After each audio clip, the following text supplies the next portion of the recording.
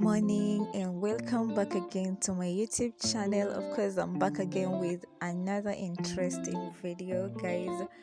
It's a chilly morning and I want to share with you today's recipe. It's a recipe that you can take it in the morning when you wake up. And guys, I want to prepare mandazi today, and this is the kind of flour that I normally use, all purpose home baking flour. You can use this flour to make chapatis, mandazis, even cakes.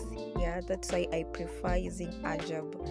And of course, that is my mixing tool over there, and this is the driest that I normally use to make the dough. Yeah, you're going to see everything. I will present for you everything. Of course, this is the measuring cup. It's 1 cup measuring cup and whole milk tuzo. Mi napenda sana kutumia tuzo. That is the bowl that I'm going to mix all my dry ingredients, and of course milk and oil as well. Don't forget sugar.